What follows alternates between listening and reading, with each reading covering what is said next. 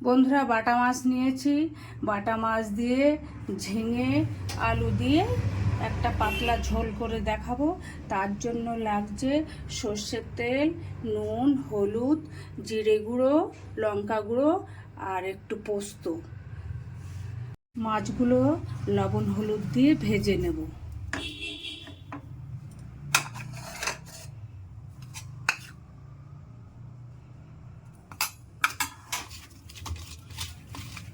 কড়াইতে সর্ষের তেল দিয়ে দিচ্ছি। মাছগুলো কড়াইতে দিয়ে দিচ্ছি। মাছগুলো আমার ভাজা হয়ে গেছে, তুলে নিচ্ছি। এবার ঝিঙে আলু কেটে নেব।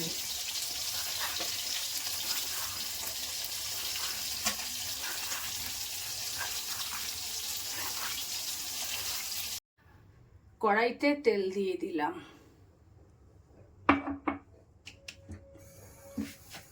ঝিঙে আলুগুলো কেটে নিয়েছি। কালো জিরে ফোড়ন দিয়ে দিচ্ছি। কাঁচা লঙ্কাগুলো দিয়ে দিচ্ছি। আলুগুলো দিয়ে দিচ্ছি।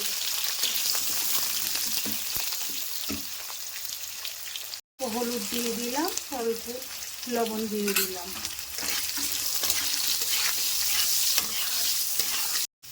ঝিঙেগুলো দিয়ে দিচ্ছি কড়াইতে।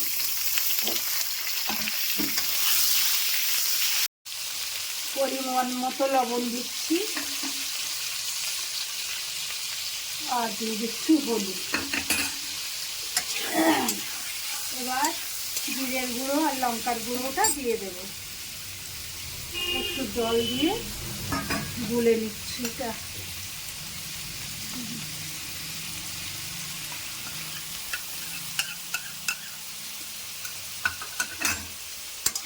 এবার দিয়ে দেব পোস্ত বাটাটা।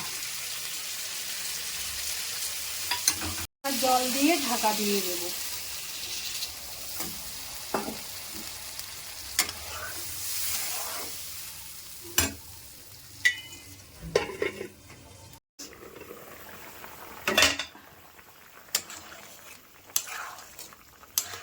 এবার মাছগুলোকে দিয়ে দেব।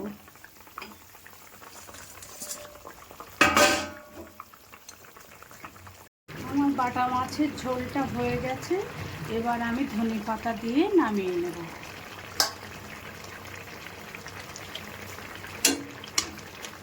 এইভাবে আপনারা করে খাবেন। খুব সহজ উপায়ে দেখালাম, খেতেও খুব সুন্দর হয়।